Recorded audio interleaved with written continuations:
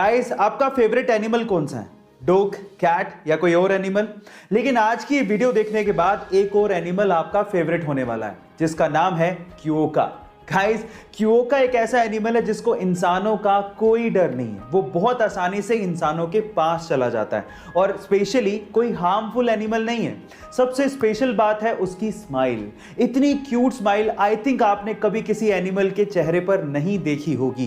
Guys, क्विओका के चेहरे पर कभी ना खत्म होने वाली एक प्यारी सी स्माइल रहती है, जिसे देखने के बाद आप भी बड़े खुशनुमा हो जाओगे और अच्छा महसूस करने लगोगे। गाइस, क्विओका के बारे में जानने के बाद आपको कैसा महसूस हो रहा है चैट सेक्शन में जरूर लिखिएगा और ऐसे अमेजिंग वीडियोस के लिए यूट्यूब पे हमारे चैनल को सब्सक्राइब कर लीजिएगा और अगर आप इंस्टाग्राम पे देख रहे हैं तो मुझे फॉलो करना मत भूलिएगा। मिलते हैं अगली वीडियो में।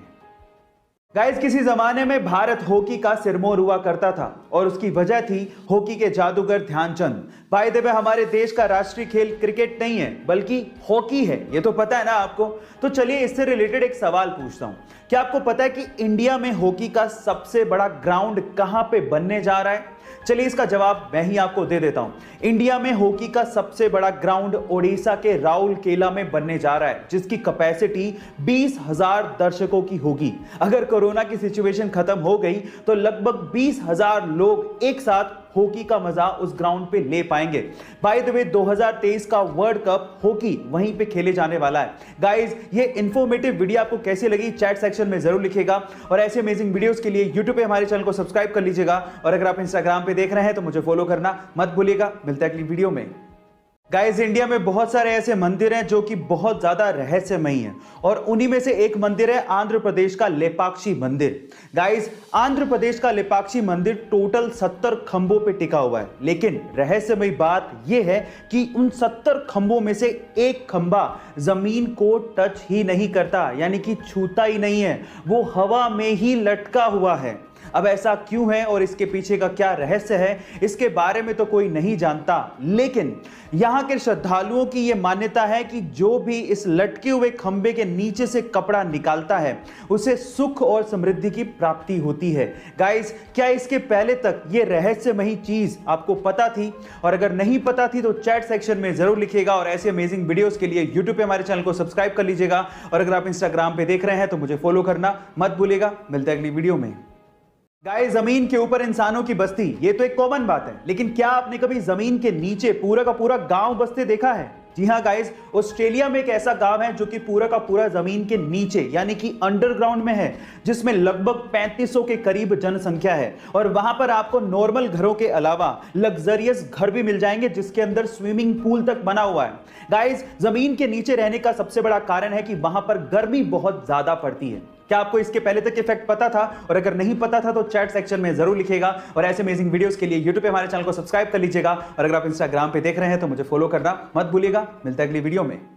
गाइस, इंडिया में मुश्किल से कोई आपको साइकिल पे ऑफिस जाते दिखेगा, लेकिन ये चीज बाहर के देशों में बड़ी कॉमन है, स्पेशली नीदरलैंड में।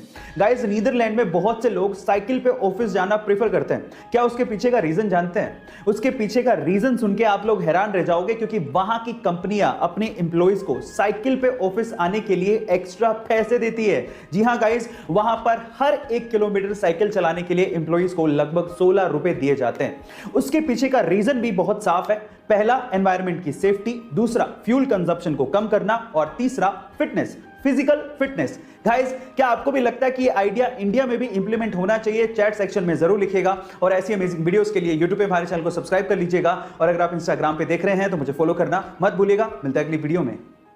गाइस, आपके साथ भी ऐसा बहुत बार हुआ होगा कि जब आपसे किसी ने पेन मांगा होगा और वापस ही नहीं किया होगा, और अगर आपने अपना पेन वापस नहीं मांगा तो वो पेन गायब। और दुख तब ज्यादा होता है जब आपका वो पेन आपके लिए लकी होता है।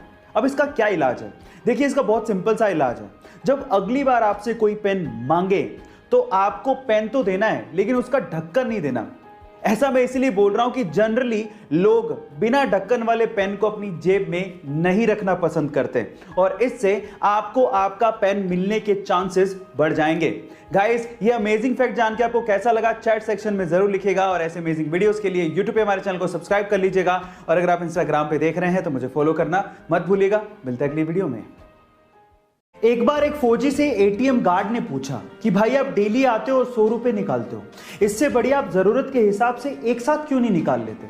तो उसके बाद जो फौजी ने जवाब दिया ना, वो आप लोगों को सुनना चाहिए। फौजी ने कहा कि मेरे बैंक अकाउंट से मेरी वाइफ का मोबाइल लिंक्ड है। जब मैं यहां से पैसे निकालता हूं तो मेरी वाइफ को एक मैसेज जाता है, जिसके बाद उसे और घर वालों को यह तसल्ली हो जाती है कि मैं जिंदा हूं। गाइस, फौजियों की भावनाओं को समझिए। वो सिर्फ हमारे लिए और देश की रक्षा करने के लिए ऐसी जगहों पर, ऐसी कंडीशंस में रहते हैं। तो आज हमारे सब फौजी भाइयों के लिए एक सल्यूट तो बनता है। गाइस, एक जिंदा इंसान अगर पानी में तैरना नहीं जानता तो वो पानी में डूब सकता है और मर सकता है, लेकिन एक मृत शरीर अपने आप पानी में तैरने लगता है। ये कितनी अजीब सी बात है, लेकिन इसके पीछे का साइंटिफिक तर्क क्या है, जरा उसे भी जान लेते हैं। देखिए, पानी में वो चीज डूबती है जिसकी डेंसिटी या घनत्व पानी से ज्यादा होता है। जब हम जिंदा होते हैं तो हमारी बॉडी की डेंसिटी पानी की डेंसिटी से ज्यादा होती है, इस वजह से हम लोग डूबने लगते हैं। लेकिन डूबने के बाद जब मृत शरीर में हम लोग परिवर्तित हो जाते हैं तो हमारे शरीर में पानी घुस जाता है और अंदर के जो बैक्टीरिया होते हैं वो पनपने लगते हैं और अंदर गैस बनाने लगते हैं, और उसी गैस की वजह से हमारी बॉडी का घनत्व या डेंसिटी पानी की डेंसिटी से कम हो जाती है और इस वजह से अपने आप ऊपर आके हम लोग तैरने लगते हैं। यही इसके पीछे का साइंटिफिक रीजन है। क्या इसके पहले तक के फैक्ट आप जानते थे? और अगर नहीं जानते थे तो चैट सेक्शन में जरूर लिखिएगा। गाइस, क्या आपको पता है कि डीजल इंजन का आविष्कार रुडोल्फ डीजल ने किया था? लेकिन अफसोस की बात यह है कि 1913 में रुडोल्फ डीजल ने सुसाइड कर लिया था, और सुसाइड का रीजन जान के आप लोग हैरान रह जाओगे। रुडोल्फ डीजल को यह लगता था कि जो डीजल इंजन का आविष्कार उन्होंने किया है वो बेकार है, फिजूल है, कभी काम नहीं आने वाला। सिर्फ इसी वजह से उन्होंने सुसाइड कर लिया था, बहुत जल्दी हार मान ली। अब 2018 की रिपोर्ट सुनिए। 2018 की रिपोर्ट के अनुसार पूरी ही दुनिया के 60% व्हीकल्स में डीजल इंजन लगा हुआ है। इसीलिए कहते हैं इतनी जल्दी हार नहीं माननी चाहिए। किस्मत का पहिया कब पलट जाए किसी को नहीं पता। आप लोगों के एग्जाम इंपॉर्टेंट हैं, लेकिन आपकी जिंदगी से इंपॉर्टेंट नहीं है। इसलिए मैं आप लोगों से एक बात कहना चाहता हूं, चाहे आपके एग्जाम कैसे भी हो, टेंशन मत लेना, क्योंकि ये कागज के टुकड़े आपकी जिंदगी डिसाइड नहीं करते। हां, अपना 200% दो, लेकिन टेंशन मत लो। और एक बात मैं आपके पेरेंट्स से भी कहना चाहता हूं, आप लोगों ने अपने बच्चे को 90% लाओगे तो ये दूंगा, 95% लाओगे तो ये दूंगा, ये कहा होगा। सही है, गलत नहीं है, लेकिन उसे यह भी कहो कि अगर नहीं आते या तू फेल हो जाता है तो भी मैं तेरे साथ खड़ा रहूंगा। आपके बच्चे आपका गर्व हैं, उनका साथ दो, क्योंकि एक दिन वो आपका नाम जरूर रोशन करेंगे।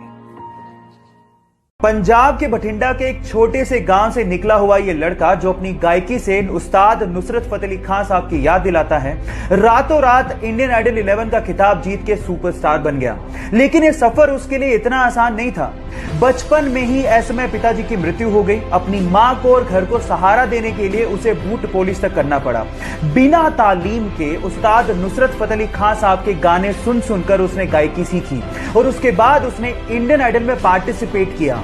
लेकिन ये लाइमलाइट में तब आया जब आनंद महिंद्रा ने उसके एक वीडियो को ट्विटर पे शेयर किया। फिर उसके बाद उस बंदे ने पीछे मुड़ के कभी नहीं देखा और फाइनली इंडियन आइडल का खिताब अपने नाम कर लिया और अपनी मां का सपना भी पूरा किया। तो इस बंदे के लिए एक हार्ट तो बनता है।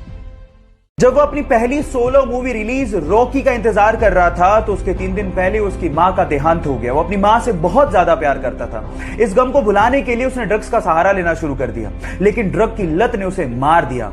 2 साल तक ड्रग की लत को छुड़ाने के लिए वो यूएस रहा, लेकिन उसके बाद जब उसने कमबैक किया तो खलनायक जैसी मूवी में अपनी एक्टिंग का लोहा मनवा दिया।